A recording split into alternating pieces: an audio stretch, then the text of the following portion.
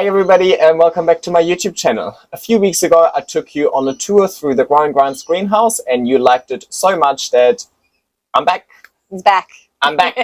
Back at it again. So we're back with AJ in her greenhouse, and today, instead of doing a tour of the greenhouse, I thought let's sit down and talk a little bit more and take advantage of AJ's knowledge. You guys know I always like to talk about my own experiences on my YouTube channel, and I'm an indoors grower, so I can really only share with you experiences about growing Aroids indoors. But AJ has set up a beautiful greenhouse, so I thought it might be worthwhile understanding differences in growing indoors and outdoors, and understanding what challenges and what advantages come with either of these approaches. So first we're going to talk about the environmental challenges and advantages that come with growing outdoors and indoors, and then as a result of our environmental conditions, we're going to talk about the approach to plant care that we have really adopted in our different environments. And I thought it would be a good opportunity to sit down with AJ and do it because, well, we are both in Sydney, so basically from a geographical perspective, we have the same conditions, or at least very comparable. Plus, we have access to the same plants, so we're growing very, very similar species in our environments. So I thought it would be a really good opportunity to compare our journeys and our growing stories that we've got. Yeah. So, Hi. Hi AJ, sorry, I've been talking non-stop. AJ, in case anybody has not seen our first video, which I will definitely link at the end screen, tell us a little bit about yourself first. Yeah, my name's AJ. I'm the owner of Growing Grounds Australia. I started the business about 4 years ago now, and built this greenhouse about a year ago, which is crazy to think. And I've just been evolving it ever since.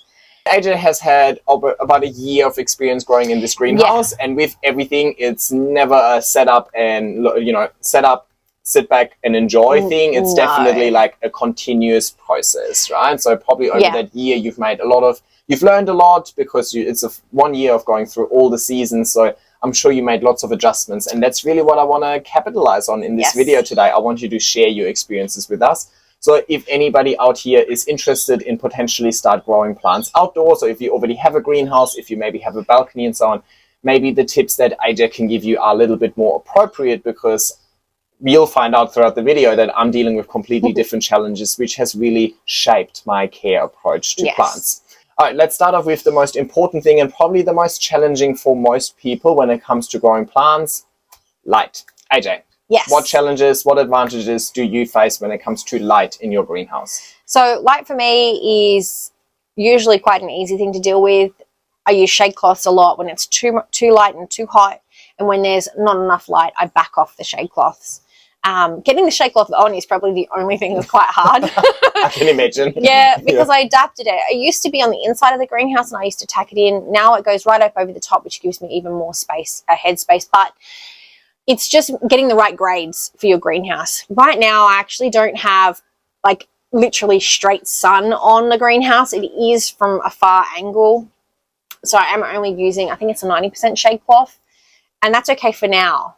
But only? Yeah. So this is the interesting thing. 90% shade cloth blocks out 90% UV, not 90% light. And I think a lot of people get confused with that. So I've blocked out 90% UV for now. And we're only at the beginning of spring. So I would say probably beginning of summer, midsummer, just before Christmas, I'll actually put another 30% on there, which is wild. It's over 100% UV, but it doesn't mean it blocks out all the light. But that is the biggest thing for me. And that's a great issue to have, because I know a lot of people have problems with getting enough light in their home. But having a greenhouse and having light coming from above, plants growing a much more natural environment. I think that's one of the really good pros about a greenhouse. So basically you're facing the opposite challenge of me, or most people that grow indoors, we actually don't have enough light because our ceilings are most likely concrete. Yes. So we actually... So, You'd be lucky to have a skylight. If you've got a skylight, you're doing well. Yeah, so you basically have the opposite problem. You have too much light, specifically UV, which the problem is really that the plants are going to burn, right? Well, the plants burn. They then start growing in like unusual patterns. So if you notice that your plant's leaves are splaying out and trying to face down, you know that that's too much light.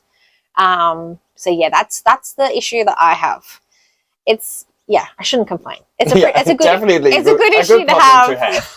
I mean, suppose me representing the indoor growers, I'm probably one of the most like I'm probably in the lucky bucket. Like I actually have quite a lot of natural light in my apartment, despite the fact that I grow indoors. You live in a glass box. I do have quite a few windows. So I suppose for me, I do face similar issues with the area right next to my windows. It gets really, really bright. Specifically, the sun hitting through the glass is making it really hot as well. So I actually have this little parameter around my windows where I can't really put any plants. Like for example, I put a canna lily there now because they just love to grow in full sun outdoors. So that's a plant that can really survive there. But most of these aroids, and I mean, pretty much in the whole video, we're probably mainly focusing on aroids because that's what we like to grow. Well, that's the most popular indoor house plant.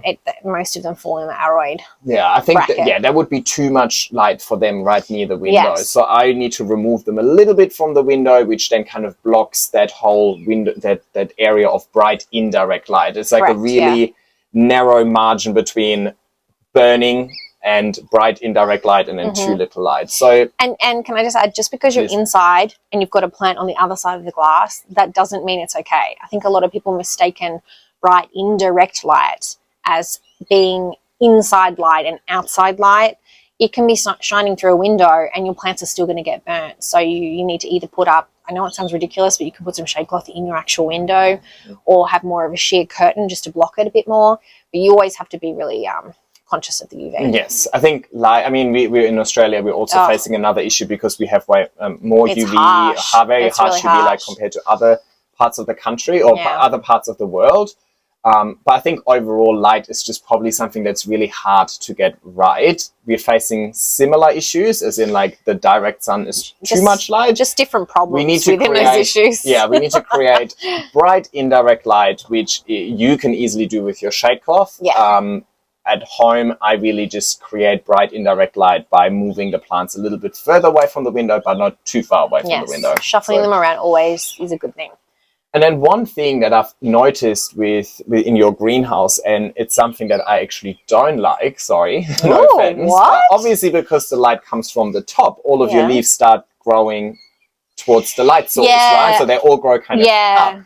It's an interesting one. I mean, even just this one over here, like all the leaves are facing up, right? So the sun hits them from here, so all of the leaves are facing up. Whereas in my apartment, I've got the windows coming from the front, so all of my leaves kind of face down. So I actually, while it gives me a challenge to create that perfect amount of light indoors. But you know, the thing is like you could take this home today, and in a week's time, the leaves will have already adapted to where the light is. Yeah, for sure. They adopt really quickly. Yeah. But I actually use it to my advantage to make a nice display by positioning them. Yeah, like similar to the Milana Chrysum, their leaves always face down. Like they're a hanging leaf. Like that's just what they do. But and that actually covers the pole really nicely. Yes. Yeah, I mean, that won't go up, right? Never. Not really. No, they just tend to crawl and move towards where the light is. So like for example, with your round poles, you're lucky because if it does want to kind of wrap around a little bit, it can. Whereas with some of the poles that I use that are the grow verticals, they kind of just go straight up.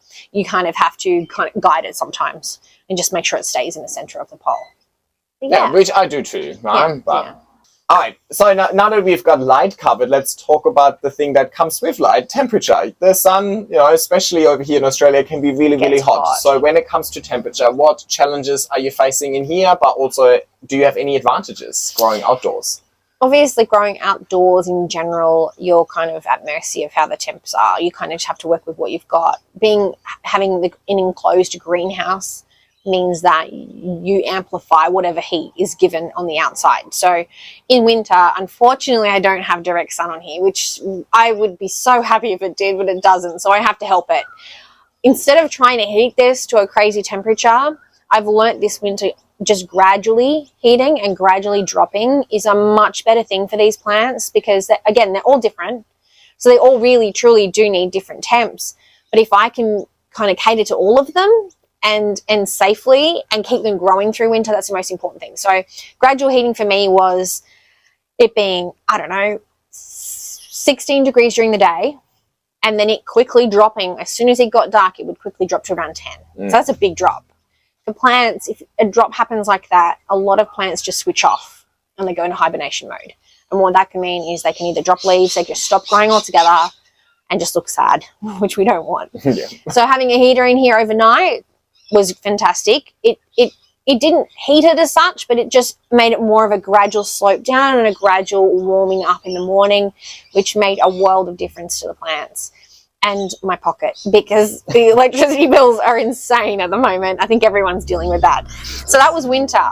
Summer was a whole nother ballpark thing, a whole nother thing. It's too hot, I assume? It was so freaking hot. So hot. Thankfully, we didn't have some insane heat last summer. We had some really hot days.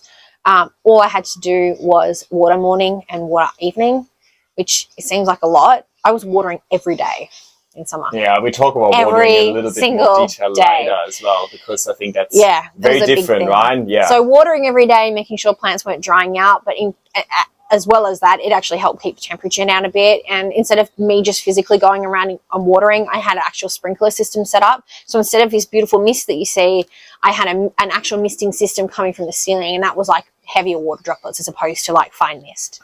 And that would in turn water things, but also bring the temps down in the greenhouse. I'd have both doors open for cross ventilation. And that was kind of it for that. And I can add a fan if you can add a fan if you want to, but I could as well. And it definitely helped with the temps in summer. Thankfully, that's something you don't have to worry about. Yeah, it's not at all. Before I talk about my issues with temperature, so your greenhouse, because it's also tucked in between the walls, it's basically like a driveway, right? This is supposed to be a driveway. This is an old school driveway. This is a 1970s style house, so this driveway is really tight. It's for a small car. No one's actual cars these days could have fit down this driveway. So that's why I also put this here, because it was just dead space. And it was a protected space. Yes. So these two walls would probably also kind of, it wouldn't make it so exposed. So that would also kind of help in making the temperatures drop more gradually. Yeah, it was and like probably insulation. Also cool it. It would heat it in winter and it would cool it in summer a little bit compared to a greenhouse that's just freestanding. Well, during the day when this was closed up in winter and I had the my thermometers in here to tell me the temperatures, without a heater, it was up to 3 or 4 degrees warmer in here than it was outside in winter. And same with summer. It's really weird. Whenever anyone walks in here on a hot day, they're like, oh, it's so nice and cool in here. It's crazy. But so I think the walls really protect you, right? Yeah, they really, truly do. And that makes a big difference. I'm very lucky to have that. And that's why I chose this spot over having it out in direct sun all day long. Got to make the best out of what you've been given. That's it. You do. Yeah, I mean, with temperature, I feel like it's probably where I, as an indoor grower, have the upper hand because, well, first of all, it's an apartment, so I'm not the only apartment in the building. So the building in itself is already warm. So even if I don't heat my apartment, the building in itself has a little bit of heat. I'm also top floor, so all the heat rises. You're in like the perfect spot. I also have really big windows actually, and the sun in Australia is still really strong, even in winter. You just don't get that many sunlight hours. So if it's nice and sunny, the sun hits my entire apartment because the sun is nice and low as well in winter. So during the day, it heats up really nicely. And then at nighttime, I just close the blinds to keep the heat in. Yes, I do use a heater, not necessarily just for my plants, mainly for myself. I'm one of these people. You've got the joys of having your plants here and a bed here and your cat and Brad here and the heater here, and everyone gets a little bit of heater. It's fantastic. So the plants really just get to appreciate the warmer temperatures that I like in winter as well. And then, of course, overall, we're still pretty lucky we're in Australia. You're talking about like a steep drop to 10 degrees. I know. I feel there's people watching this going, what are you talking about? I totally understand there are some people that have to battle. I mean, even here in Australia, up in the Blue Mountains, it's only an hour away. People are battling -5 in winter. So like I've got it easy here. I'm not complaining. Yes. But when it comes to tropical plants, you always want to battle to give them the best care possible. Yes, I mean, we also can talk about making your plants survive versus making your plants thrive. I suppose what you're referring 100%. to, like gradually making the temperatures drop, that's really just helping them to survive. That's not going to make them thrive. No, these are tropical plants, or most of them will want warm temperatures, right? So it's really just keeping them alive during winter, get maybe a little bit of growth out of it, but it's mainly just stopping them from dying, right? Well, it's just stopping them from going into hibernation mode and just stopping growth altogether, because trying to start that up again, although being in the greenhouse is not hard, I just don't want them to stop for customers that are going to come and purchase them. So all I want to do is make sure that they are in a mode that they will continue growing when they leave here, and not get shocked when they go into someone else's home because they've had too much crazy care. That's a really, really interesting point as well. And I suppose it applies to really all of the conditions and all of the care that we talk about today. Like, you're actually building resilience for your plants because you're exposing them to something that is not optimal conditions, which is most likely what people also have at home. Like, nobody's going to have the perfect conditions. Like a lot of plants, like let's look at Milano, for example. That plant will probably want 90% humidity, between 25 to 30 degrees Celsius, and, constant watering. It doesn't like drying out and so on. 18 degrees by a door. Exactly. So, I mean, these plants, like, it will be really hard for anybody to optimize these conditions in an indoor setting. So because you're already growing them over here in suboptimal conditions, they're growing a little bit hardier. They're building that resilience. And I'm using the products that customers would be using. I'm using the fertilizers. I'm doing the things that I know as a customer, like, because I buy plants too from people, what I would do for that plant in my home, I do for them out here as well. Because, you get these beautiful plants coming from tropical areas in Australia that are being grown for big box companies. But people are picking up plants from, like, big box nurseries, and they've come from optimum conditions, and they're being grown in not very good conditions and not cared for very well. And then going to someone's home. So they're going through these 3 major parts of shock. Whereas here, I like to make sure that when someone takes them home, they're going to do really, really well. Yeah, because we're then the end user, we're taking it home, and the plant declines really quickly. Yeah. And then people think, oh, it's my fault. But it's like, you could have not done anything better, really. That plant has gone through so much shock because it used to just be living in, like, this perfect environment. And now, even if you're just giving it 70% of what it really wants, it's still a shock. It's still going to go into shock, So that's really good to know, actually. Yeah. Let's talk about airflow. So you mentioned already that, you use airflow to cool down the greenhouse during summer as well. Tell us a little bit more about how you get airflow in here, challenges, and so on. Well, again, luckily, I came up with the plan that I didn't even plan for of having 2 doors, which is fantastic because I never thought about it before. And then once it was done, I realized it was a really good choice because I can open both of these doors and get cross ventilation straight away, whether there is a breeze or not. Air just naturally flows through here, which is fantastic, especially, again, because if it's hot, it helps cool down. Even if it's cooler and I've done a water and I want to make sure that everything gets a little bit of a chance to dry out, I can open them all up during the day. It has been a godsend, the fact that I did 2 doors, because if you are working with a space like this with so much moisture, you really need to have airflow. And I know a lot of people love their IKEA cabinets. Yes. And they are fantastic. You need to open them up. You've got to give your plant some fresh air. Even put fans in there. Fans alone are not going to help you, but you've got to open those doors. You've got to exchange that air because that's the most important thing for plants. Yes, definitely. I mean, I always like to compare airflow with just the good old-fashioned wind in nature, right? Yeah. Wind is constant in nature. Most of these plants come from a tropical rainforest environment, meaning it's always wet. It's constantly wet. There would be so many fungal issues and mold issues if there wouldn't be enough airflow. So trying to replicate that at home, like I love opening my windows as well. Same as you. I basically just open 2 windows, so I got a bit of cross ventilation and you can feel it straight away. You can feel it straight away. You can feel the fresh air. And I mean, also, the plant just wants the fresh air and the airflow, right? You don't want water droplets sitting on your leaves. Well, that's it. Fungal issues can start in the roots. They can start in the base of the plant. They can start in the leaves.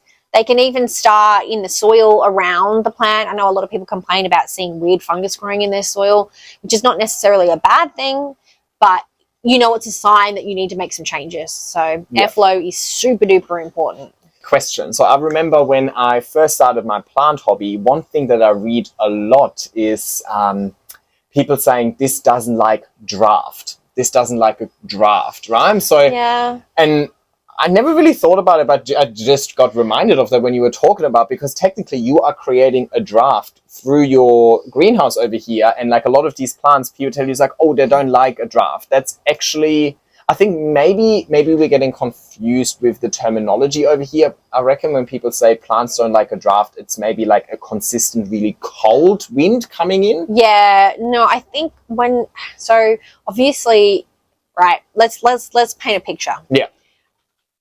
Beautiful open space, couple of big gum trees. You can see them swaying in the wind. I would not go and plant a tiny little plant out in the middle of that field where it's really, really windy. It just wouldn't survive. It would survive, but it wouldn't thrive. Yeah. It's the same with plants indoors. You wouldn't go sit them next to a heater. You wouldn't go sit them next to a fan. Anything that's going to give it any excess pressure, whether it's wind, heat, or light or whatever. I think there's a difference between like an annoying draft or wind flow in your airflow in your house that's going to obstruct you from doing something, and then a healthy exchange of oxygen. So you want your airflow to be constant. Well, there's airflow right now, but you can't see it. Yeah. Right? You could just see, maybe you can see the slight movement of a leaf, but that's all you need. That's literally all you need. Yeah. That's why a lot of people, when they say, "Oh, I've got beautiful light in my bathroom," I'm like, no. I mean, if you can grow stuff in your bathroom, good on you, good for you. But it's not my first choice of where to put a plant, just because of humidity and light. Because bathrooms are always known to be those one little rooms that literally have no windows. They've got and you've always got the door shut, so there's no airflow in there. Plants just won't really do well. Whereas if you go right in the kitchen, near a door, you don't even have to have windows open. You open that door 3 or 4 times a day. So basically, in a nutshell, you want a consistent exchange of air. You don't necessarily want to create heavy winds. Okay. One more, humidity. Yes. So, of course, we kind of get the same natural humidity because we live very close to each other. I think actually you might get a bit more than me, to be honest. I know. I think so. Lucky, yeah, I live fairly close to like the water. So you have a lot more greenery around you. I have a lot of greenery. I have a lot of bodies of water next to me. So I think I definitely have fairly high humidity. But I mean, the last year and a half or so, it was really rainy in Sydney anyway. So I feel like all of us have been blessed with good humidity. Correct. Yes. It's been amazing for the plants. It's been torturous for everyone else. Yes. Yeah. So can I assume that humidity is probably like a non-issue in your greenhouse? I know you want to talk about your humidifier. Tell us. Look, okay. So I want to put this to rest, all right? Not all plants need a humidifier like this. I know it looks amazing and I know everyone loves it, and I will eventually talk about it more, but it's not a must. You really don't need it. I mean, you're growing the most magnificent plants in your home with no added additional humidity. Yep. The humidity that is in your home is created by what's already there. Yeah. That's the thing. So, for example, I've got some plants in my house. I've got a small tent. There's not many plants in there. Therefore, there's not much humidity at the moment. So I've had to create a little bit of extra humidity, which you can do. But it's not, you don't need to. You don't need it. A lot of places naturally have 50 up towards 70% humidity as a natural living standard. And that's fantastic for most plants. Some need a lot of humidity. Usually those are your terrarium plants, but you usually have them set up in a way where they're in a terrarium. So they're like, they're sweet, they're sorted. You don't have to worry about those. But if you want your plants to grow bigger, one of the factors that can help is humidity. And I think I use it quite a lot out here because I do have a lot of air exchange. Also in winter because I've got the heater, and the heater takes it out of the air. And that was the biggest factor why I set that up, was because of winter, which is crazy because everyone's like, why would you need that in winter? But it makes a big difference. Come summertime, I'll have that turned off. Like I mentioned before, I'll have the different misters on, and everything will be quite moist, and it creates its own humidity, and it sits about 80% in here, which is just nuts. Beautiful. Yeah, that's perfect. it is perfect. And it doesn't even feel like it either, but it's perfect. So yes, humidity is not a must, but it is a luxury to have, and it can help your plants grow.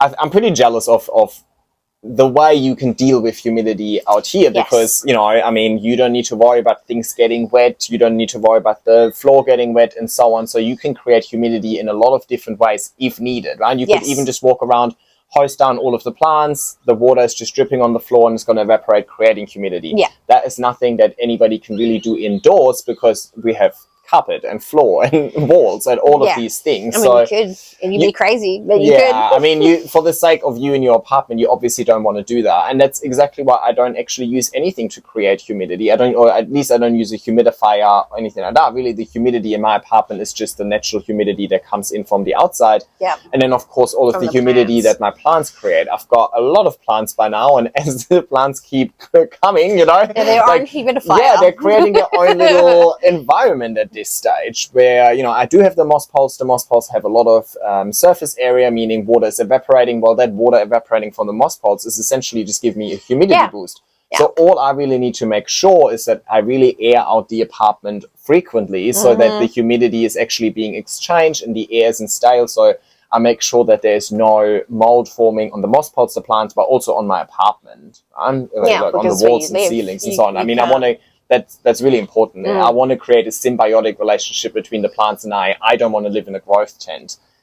But also because I got all of my plants when they're quite small, they're all used to my environment, right? So these are not they've adapted to how... Coming back to the resilience part, right? Like if I would get a huge plant, let's say I take your Veitchii over here and I just pop them in the middle of my living room, right? This is probably used to what, like 80-90% of humidity where you grow it right now. If I would take that now into my apartment at 50% humidity, it will definitely suffer just because these leaves have just not built that tolerance or resilience to lower humidity levels. Whereas if I grow a plant in my environment and it's actually growing and thriving in my environment, then each leaf knows exactly what it got into and it's happy with that. So, whereas out here, I can go willy-nilly. Yeah, you can just go, woo! Smoking and all sorts happening. No, I like to use that as a replacement for the heater when I heat things up at night, or if I heat things up at night, and also to replace humidity once I've had so much airflow and both the doors open and we're literally at 0. So I do like to bank it back up with the humidifier that I have. Be honest, and like 50% of the reason you actually got that humidifier is because it takes sick Instagram photos. It looks freaking amazing. It looks good, right? Fair enough. And like, I'm all here for that. It does. I mean, I'm amazing. a very aesthetically focused person. I love things looking nice. And but I mean, the plants love it too. I wouldn't do it if, like, you know, I don't want to put any added stress on anything that's in here, and I don't want to make them grow any different to what they already are. I wouldn't do it if the plants didn't like it, and they do. They really enjoy it. And I only, like I mentioned before, I only have it going during winter when I really need to replace humidity that's being taken away from a heater. During spring, later spring and summer, I don't need it at all because the heat is creating so much humidity. Fair enough. On its own with the water that's in here. Because I'm watering so often. Yeah, let's talk about that because I think that really wraps up the environmental conditions. And I mean, when it comes to environmental conditions, we are facing similar issues. You know, I mean, even everybody watching over here, we're all facing these 4 elements, right? We all need to make sure there's light. We all need to make sure there's airflow, there's humidity, and that the temperature is right for the plants that we are growing. So these 4 things apply to everybody. But I think it's really important that everybody really understands to what extent these 4 elements apply, because that is key to actually then creating a care approach that actually works for it. So I think that's where we're going to see most of the differences between us, because you're dealing with these conditions different than I do. So let's maybe talk, when it comes to care, let's talk about water first. Water, I'm going to be using a hell of a lot more than you. So, well, in saying that, the bill isn't too high, which is great, but still, I water a lot more frequently than you do because I have a lot more of those elements we've spoken about than what yarn has. So I've got a hell of a lot more airflow. I can have a lot less and a lot more humidity, and I have a lot more heat, and I have a lot more light. So again, I have to use a lot more water and water a lot more frequently. I replace nutrients at least once a week as well. I make sure I fertilize, at least top fertilize everything in here. But watering, I can water at the moment every 3 days. Sometimes. There are a few things I don't, obviously, because there's a lot of different species in here. But if we're talking about just your aroid in chunky mix on a pole, nearly every 3 to 4 days. And give it a good soak through with a hose. And then that's also a really cool thing I can do. It takes me 2 seconds. Jealous. I go, tick, tick, it's done. No, I can give it a really thorough clean and very quickly. And it's not just watering. I clean the foliage and I check bugs. I do it all at once, which is really easy. So I'll check the tray, spritz all the leaves to clean them off, and give it a good water as well. Yeah, I mean that's the other thing that's the other thing I'm really jealous of, right? In an indoor environment, my priority when it comes to watering is that it's a clean process, right? And you have a great process, I have to say. It actually works perfectly, and that's one thing I have to give you kudos for. You actually figured out a way I mean, I didn't just figure it out. I get inspired by other people online as well. It's not like I'm making all of this You've stuff made it up. easier for yourself so you can have these plants. Yes, I think that's super important. If it's too hard for you, then try a different plant. But you've got all of them. I mean, naturally, you've got all of them. I got all of them. Yeah, I mean, naturally, I'm a person, whenever I do something, I always explore, like, a better way of doing things. I always find, like, inefficiency. That's my job, honestly. Like, finding inefficiencies and, like, turning it into a more efficient, effective process and then just copy and paste, repeat. Yep. So I mean, I've been doing this for 3 years, and yeah, at the beginning when my collection was smaller, I remember when your plants were like this when my collection was smaller, every Saturday I would take all of my plants out into my my backyard. Back in the day, since I had a house, I took them all into the backyard. I water all of them, I spray all of them, I let them dry out, and then I take them back inside, which was totally okay when I had like a few plants, and the tallest plant is like smallish. I have plants I cannot even fit through the door frame anymore. Like, I had to go and do pest treatment. What if you had to move house? Don't even talk to me about that. Like, I'm scared. No. It's not realistic for me to take all of the plants to the bathroom or to the balcony anymore, right? No, I really love doing that because the idea of it is great, but you would literally be doing one at a time. And again, that's just pointless. You may as well just do it in the shower. Yes. So... And I mean, I love doing it because when I did do that, I also have the opportunity, as you over here, just spray them wild, spray all of the leaves just with water, just to clean dust, cat hair, pests off of it as well. Brattle's hair. Thoroughly, Brattle's hair everywhere. Thoroughly water them. So I really appreciated that, and my plants really appreciated it. But eventually, it was just way too time consuming. So I'm now really just, take the bottle, flip it upside down. I love that. I love that. I've seen a lot of people posting about that recently. I'm like, I need to give credit where credit is due. Has actually showed me how to. Really? Yes. Oh, Paz. So credit where credit is due. Paz Plant Life on Instagram. She was the one. I mean, I don't know if she invented it as well. I mean, it's honestly sure just common sense. It's really just like letting gravity do it. Well, I'm sure she saw it from someone else, or like I know where I've seen it before, but not in the context of poles. Is like when you use those globes. In like gardens and stuff. I'm sure that's probably where the idea came from. I mean, anyway, but that's what it's all about. Like, there is no like smart little chicken. I know, right? So yeah, when it comes to watering, now that my plants are all so big, like I can't really move them, so I need to water them in the spot that they're currently in. So I really just take that water bottle, I flip it upside down on top of my moss pole, and the beauty with the sphagnum moss is that it really slowly starts soaking up that water that's coming from the water bottle. So therapeutic seeing your videos when it does that. It's so nice, and the sound is like, I feel like a little DJ. DJ moss pole is in the house, like so slowly dark and changes color. And it's just a really clean way. Like I just pop it on there, I'll take it off, and there was no mess. So and it's so much of the root system's in the pole. So you're just most of it. Yeah. So you really just that's really how I deal with the watering.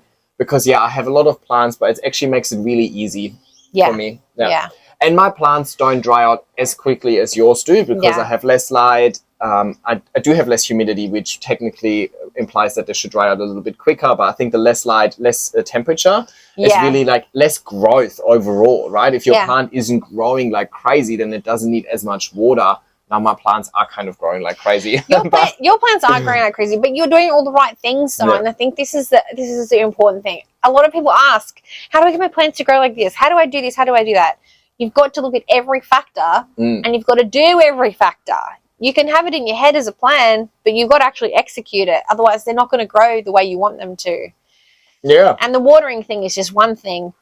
The pole and the soil and the fertilizer and everything else is another. But so let's talk about fertilizer a little bit, because I mean that for me at least goes hand in hand with watering, because I like to use liquid fertilizer and I put it in the water that I then put on top of my moss pole. So the moss pole also gets fertile. So what fertilizer do you actually use though? Well, I think it's no secret. I think I talk about it in every video. I don't think it is. I don't know why I even asked you that question. Hasn't stopped people from asking on a daily basis. I'm using Growth Technology Australia Foliage Focus. Yes. And I use it at the week dilution recommended by them, actually, which is 5 milliliters per liter of water once a week. Now, I do not measure it to the T. Like, I'm sure that sometimes it's 4, sometimes it's 6, sometimes it's 7. It doesn't really matter too much. No. The idea behind it is that because it's a mineral fertilizer, it can be absorbed by the plant straight away. So I want to give that plant that continuous flow of nutrients so that it can grow at any time. Yeah, and I'm guessing because you've got such a chunky mix too, there's no organic matter in there. So you have to kind of replace the the minerals. Yes, and I mean, nutrients. also moss technically has a little, like, a plant could grow in moss without you putting extra nutrients in it for a while. But I mean, if I consider that, let's say 80% of the root system is really within the moss pile, like if I want to optimize the growth, then I better feed these roots in the moss pile. So you've got to give it some food. Yeah, definitely. And what to do get you it to size up. Well, I use this stuff called GT foliage fakers. Oh my God, really? I feel like everybody in Australia does now. It's probably one of the best products I've come along, and one of the less complicated products, and one of the cleanest products as well. Like, it's very methodically thought out in all the ingredients that it uses. I want to say something. Yes. Like, the other reason why I also really, really like it is because it has no smell. Oh yeah, it has no smell, so it's a mineral fertilizer. It's if you buy an organic fertilizer, and I think people like to buy organic fertilizer. And I have another one too. Yes, it has a slight colouring to it as well. I know that sounds really weird, but once you actually mix it up, sometimes you forget what you've mixed. It has a slight pale yellow colour. Oh my God, I love it. It's a godsend. You don't have the same issue I have though. I've got like 3 million. Oh, because you have 3 million spray bottles, and I'm like, oh, there's the GT. Yeah. Like, I actually know which one it is, so that's why I love that. That's I good. love it because it doesn't have a smell. Because I mean, people like to use organic fertilizer because I just feel like the word organic implies that, oh my God, you're gonna make your plants grow really organically as well. You're not eating them. Yeah. I mean, if you're gonna eat your Milo, you got a problem. Yes. But you're not eating it, so you don't really need to use. You don't really need to use those organic and they stuff. Sting. I started using it because so many people started recommending it to me. I actually started using it exactly 2 years ago, and I've never looked back. Yeah. Ever since. It was such I have a game multiple changer. things available, and I always go to that one. I do still use a couple other different things just because I like to vary it a little bit, but GT is number one. And it will always, I think it will always be number one for me. Yeah, and for me, like, I do not want to pour something over my moss piles that then makes them smell like fish or seaweed or something like that. So, I mean, I know that these smells can also fade really quickly. Yeah, but I mean, I really appreciate that it just doesn't have a smell. So the good news is, if you're in Australia, you can get GT foliage focus from AJ. Bad news is if you're not in Australia, I know they're expanding slowly, but they're not necessarily available in every country. So for anybody in the country that doesn't have GT, would you say, I mean, I like to speak from experiences, so I can't recommend anything that I haven't really made any experiences with, but that's a hard thing. I feel like if you're looking for a more hydroponic related mineral fertilizer rather than going with your organic fertilizers, it would probably do something similar. That's it, yeah. And I know it's a bit scary. Sometimes looking in, like we mentioned before, looking in hydroponic stores is like, it used to be like really overwhelming. Yeah. It's still overwhelming for me. I love, no offense to hydroponic stores, but it's still incredibly overwhelming for me. I think because every brand is just so different. But I am 100% positive that if you hit someone up from a hydro store, they would definitely help you try and match something that's similar to DT that will help your plants. And always test anything new on a plant that's not so precious. And see how you go. AKA Monstera. And see how you go, because that's or super pothos, and just test it with something before you go and apply it to your whole collection. I get a lot of questions about fertilizer, so that was good talking about it, but I get even more questions about pest treatment. Little bugs. Now, let me start for once. I feel like I've been really lucky with pests in my journey so far. Yes. I haven't really had any crazy outbreaks where suddenly like my whole collection is dead because of thrips or something like that. But I keep an eye on them all the time, right? Like, I think for me, I learned really early on in my journey that it is completely unrealistic to have no pest issues whatsoever. To have an entirely spider mite-free house will just never happen, right? So for me, it's all about making sure to live with the pests that are there, or making sure that the pests are there, but not to the extent that they would harm my plants. So I do keep an eye on them. And if I see that there's spider mites, or spider mites and thrips are really the only two I battle with. If I see any early signs of spider mites or thrips, then I treat it, but I also don't get freaked out about it, right? And I know that if I don't treat anything for like a couple of weeks, there wouldn't be any infestation going absolutely crazy that I couldn't get on top of again, right? And I like to keep my leaves clean. So back in the days, I was much better at it because I took all of them to the bathroom. And then just purely spraying the leaves with water, like I think it really helped in preventing. Well, a lot of those bugs are so small. Water can just knock a lot of bugs off. People don't think about that, but it does. So if you're actually cleaning your plant, it's one of the preventative things you can do. Well, it won't eradicate the spider mites. It just gets rid of the ones that are sucking on your leaf right now, that are damaging your leaf right now, right? So you're not going to get rid of them. But as I said, I don't think it's realistic, especially if you keep your airflow up and you keep your windows open, to ever expect a pest-free environment. So to me, it's all about minimizing the pests, not eradicating the pests. This is a big one for me because obviously I do this as a business. So bugs, I have to keep at bay, not just for the health of the plants, but to keep customers happy as well. And I want to clear one thing up. I would never give someone a plant with bugs on purpose, and no other small plant business would ever give someone a plant with bugs on purpose. Bugs can come in the air, bugs can come in soil, they can transfer from plant to plant because they don't like one plant and they like another. They can come from absolutely anywhere, and you've just got to keep on top of it, and prevention is key. So really, when you say prevention, pest prevention, you're really talking about keeping your leaves clean. So just spray them with water. Even if you do see any small signs of pests starting to pop up, treat it straight away. But also evaluate how you're caring for it, because pests tend to happen on plants that are not healthy, or not healthy, but not in their optimum. They're weaker. Like they attract the weaker plants, right? That's super important. If a plant is really healthy, then it's able to fight it naturally. So if a plant's too dry, it attracts spider mite. If a plant is too moist, it attracts. You don't get these fungus gnats. I don't get fungus gnats. No, because you use quite an airy soil, so therefore you've got no decaying matter in your pots. Fungus gnats are. Loving them. Oh my god, I get so many questions about fungus gnats. I get so many questions about fungus gnats, but I wouldn't even say fungus gnats are pests, because they're not actually doing any harm to the plant, right? Like they're just annoying. They're annoying and they spread like crazy. So fungus gnats feed off and breed in decaying organic matter.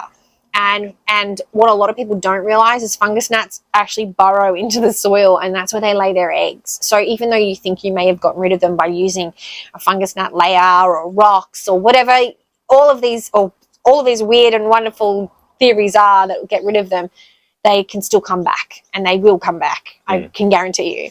The only way to truly get rid of fungus gnats is to, 1, adapt the way that you water, and 2, change the soil. You've got to just get rid of that soil altogether. Bin it. Let's talk about it then, because I think that's the last thing on our list that we need to talk about: growing medium. I hate the term soil, but soil is basically soil. I hate the word because it doesn't really tell you anything. Soil is just the layer of organic and inorganic, like mineral things that kind of accumulate on the top of the surface. Right? Yeah, well, soil is anything. Okay, well, soil's really relating to what's outside. Yes, that's really what soil is. To me, that's dirt. Right? You know what I mean? That to me is dirt. Soil is pretty much dirt. Soil is dirt. And I think there is such a huge gap where people don't understand the difference between dirt and soil and compost. I don't know how you want to say it. Compost is more of an outdoors thing, and indoors you need to adapt, because we're growing things that are more tropical, that aren't in direct sun, so therefore they don't need that organic matter. And it's because I think people get misled by these things, because you pick up the plants from your box store, from your plant store, that have grown in these great big bright greenhouses. Yes, but they come in like this really dense, fine, not very chunky, like soil mix, exactly like the potting mix that you get to buy at the nursery. So you put one and one together, I mean, like, damn, I'll pick up a huge box of that and I'll just pot it up into a ginormous pot. Right? So I think that is really when I understood that, and I understood that maybe 2 years ago. I think it made a huge difference in all of my plants, where I really switched from these store-bought potting mixes to making my own aeroid mix. And I know that you chuck in all sorts of things in your aeroid mix. I chuck all sorts in, but only because, again, my elements are way more extreme than yours. Yes. So I do need to put in more items that are more water retaining than what you do. I think yours is slightly different. I mean, it also ends up slightly different all the time. I don't measure it. I just chuck in whatever I want, but really ultimately I'm aiming for something that is really well draining and aerated. I'm not worried about my plants drying out quickly. I have no problem watering them every 3 days if I would have to, right? Yeah. Like that to me, like you can visually see when they need it. But to me, every watering is an opportunity for me to make my plants grow and thrive. Yeah. So I don't mind plant care and plant chores. That is my hobby. Yeah. I love looking after my plants. So I don't mind watering more frequently. So to me, having a mix that is really well draining and aerated, you know, basically eliminates the risk of over watering, so lack of aeration, bacteria forming and all of that. Yeah. But it obviously creates makes me a little bit busier, right? It's not one of these things that like, oh, just set and forget. It's not a plant thrives on neglect. Like no, if you neglect that plant, and then that's when you get bugs. Yeah, it's gonna have no water. Circle of life. But that to me, that to me makes more sense. Like I don't mind watering. How would you explain an aroid mix to someone? Because the way I would explain it is being able to create micro humidity. Yes. Is that like how you would? Yeah. I mean, I love it because I have the see-through pots as well. Oh, yeah, so you can actually see, basically I have a combination of smaller and larger particles. Some have water retaining capacity. Some are literally just there to provide, you know, like the aeration or like, you know, create these bubbles and so on. So it's a kind of a mix of everything, and I just wing it every time. Like it's never the same. But I've noticed you do use a lot of heavier ingredients. So I like to use pumice instead of perlite because pumice is just a little bit heavier. So I make the bottom part of the plant a little bit heavier, specifically where I use moss pulse. I like to use bark. I like to use cocoa chips.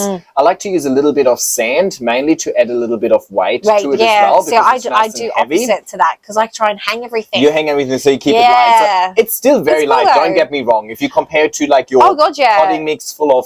And look, at the end of the day, your plants are literally 2 meters tall. 180. You measure them daily. No, they're exactly 2 poles. Oh, that's right. Of course. Yeah. Well, yeah, and then that also would make it a little bit more heavier and just a tad denser for that reason. Whereas I'm just starting a lot of stuff off, so I use a lot of the lighter stuff. Yes. But yeah, when you look through the pot, you can really see like the air, you can see the water condensation. So I don't do the finger in the pot and check if it's still wet thing. And this is where like moisture meters and all that kind of stuff that just won't work when you go to aroid mix, but that's the whole point. You don't need it because you shouldn't have to worry about overwatering. I mean, you'd be smart enough if you're using a chunky aroid mix at that point. You wouldn't be watering every day. You'd be, for sure not. You'd know to water like every. I mean, I water 4-ish days. Most of my plants I water once a week, but sometimes I need to water in between, and some of my plants I water maybe every fortnight. Yeah. Even. Like, wow. So it's, cool. You're right. The moisture meter, like I have never had a moisture meter that actually works because basically you stick it in air. Yeah, it's well, so aerated what is it? It's like copper, so it's a chemical reaction. I've got them that I sell them, but it's usually I sell them to people for begonias. Yeah, that makes total sense. But your aroid mix, basically, I can water my aroid mix. I put in the moisture meter and it tells me it's dry. But that doesn't mean that your plant is dry. Like it just means that this moisture meter is not working with the color is what I go off. Yeah. So if you can see it's still quite a dark color, especially the bark, if you can see it's quite dark, and you know. And the plant will kind of tell you. And the weight, the plant will tell you. And when you pick it up, you can tell. You'll know. Because when it's wet, especially the sphagnum, it's so heavy. Yes. Yeah. Well, heavier. I wouldn't say so. Yeah, so basically not too many differences. No, right? I think the only difference is I have a lot of different species. So therefore I have a couple of different soil mixes. I would say mixes. Mediums. I use the word medium a lot. I have a lot of different mediums. So obviously I do a lot of the anthuriums and the philodendrons and monsteras, and they all love all that chunky stuff. But then I do a lot of begonias, and they like more of a sandy, dense moisture, so more peat, more sand, more smaller things, a smaller perlite. I mean, you can pretty much just tell by the root system a plant has. Yeah, right? if it's a fine root system, you got to hug it. I say hug it more. Yeah, if you have a really like your monsteras throwing out these really chunky roots, they need space. I literally only use bark and perlite from my monstera. Yeah, totally fine. That is it. Yeah. That's I mean, it. I always say that I way overdo my aeroid mix. You definitely don't need to have like 8 different ingredients. If you just need to basics, just spark and perlite. Yeah. If that's all you can get your hands on, it's a great start. You just got to make sure you fertilize and just to give back its nutrients, but that's it. So maybe let's quickly let's conclude what we discussed. Yeah, let's recap. We've said a lot. Let's recap. Let's debrief.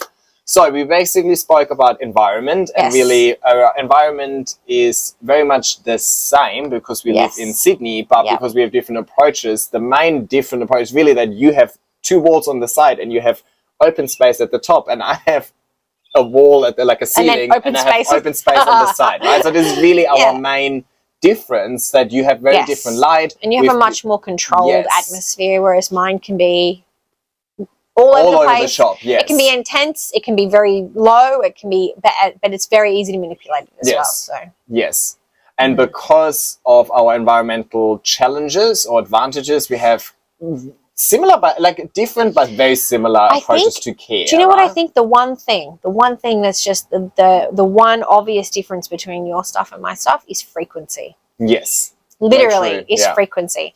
Like the frequency of watering, the frequency of checking plants for pests, the frequency from using insecticides, the frequency for growth. I think you just get more growth. Yeah, I hope I do soon.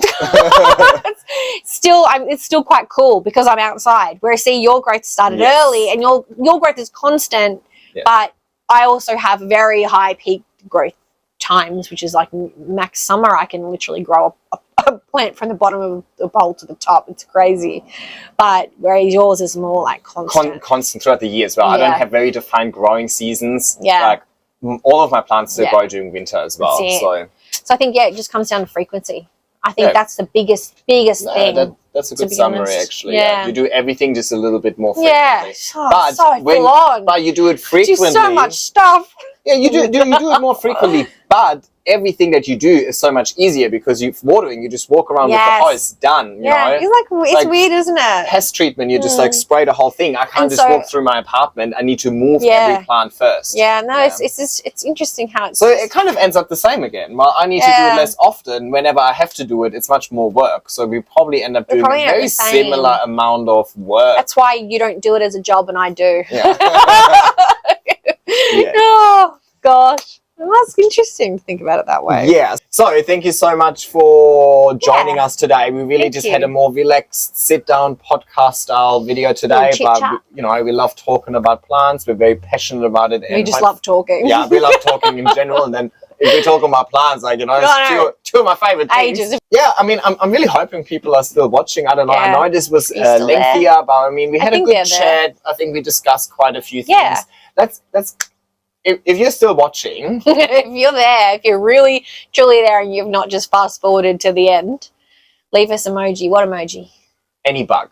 Like a spider or like any little bug. Like leave us a little bug. Leave us a little cute caterpillar. Make sure to check out AJ on her social media, check out her Instagram, her YouTube, her website, and make sure to send some love over her way and take advantage of all the great content and the knowledge that AJ puts out there. Of course, also make sure to subscribe to my channel, please, and leave a comment if you enjoyed this video and a thumbs up. Yeah, so we'll definitely be back to check out AJ's private collection indoors and the anthuriums, but they've gone through a little bit of maintenance at the moment, so I think we're waiting for them to look perfect. Not perfect, but you know, to be back at their peak. It's only the beginning of this growing season, so I reckon if we're back in a month or two, we'll actually have much more to explore, and it will be worthwhile. Because it's a little bit more technical than just looking at a plant. It's actually a breeding collection, so we'll be able to. I know it's really cool. So we'll be able to actually show and explain how that all works as well. Yeah, so we'll do it. Yeah, if we do it, we'll do it right. So the time wasn't just yet. So we did this video instead. But yeah, bye. Thank you. Take care. I don't think watering actually takes. Do you believe in bottom watering? What's your Come on, like what physical force in this world is gonna freaking bottom water my plant from here all the way a meter and 180 centimeters up high? Like me? Me? Oh my god, hang on. Okay. No heavy winds. No heavy We winds. don't want any Perfect. heavy wind. I mean, that also works well because if I'd have heavy wind, I just feel like my pulse would just be. No, you don't want. Like, not that kind of heavy wind. Jesus, get your mind out the gutter. If I have to move, I'm just gonna choose a new hobby. yeah, quote this. If I have to move, I think I'm going to be every plant for $1. if How much do you use? I use 5 milliliters of foliage focus per liter 5 of milliliters, water. that's for pussies. Like, I do not Yeah. want to put something that smells like fish. I mean, I don't like fish ever. I've never And eaten fish in my most life. plant people have pets. Yes. So maybe that's why everybody's cat is going crazy at the moss bowl, because it smells like fish. It could be. It could I don't know. But yeah, I mean, the picture fucking tint, huh? Oh, I need to get my head out of the gutter. Alright, went straight over my head for a minute. I'm like, what, does he not like tents? Well, because it's what is soil? not, Define soil to me. Soil is an organic matter. Wrong, actually wrong, because I googled that shit. No. It's Something- about a fiddle fig, I'm not answering it. I mean, I've spent a lot of money, I've wasted a lot of money, I've killed a lot of things. And at the end of the day, you do that same thing in other hobbies too. It's not just plants. Yeah. And For you example, learn. drinking. Yeah. When you black out and you figure, don't. Yeah, And make sure to support this little human over here. He's amazing. He really is. Stop it. You are. You're doing so well. I've never seen someone hold themselves so well. So you're doing really well. My posture is terrible. What are you talking about? I mean, like on social media, you dork. Oh my gosh. So I think it's time to wrap it up. Thank you so much. Thank you so much for watching the whole thing. If you did the one, thank you so much. Gonna ditch the emoji thing. That's my proudest moment. I can't. This is too funny.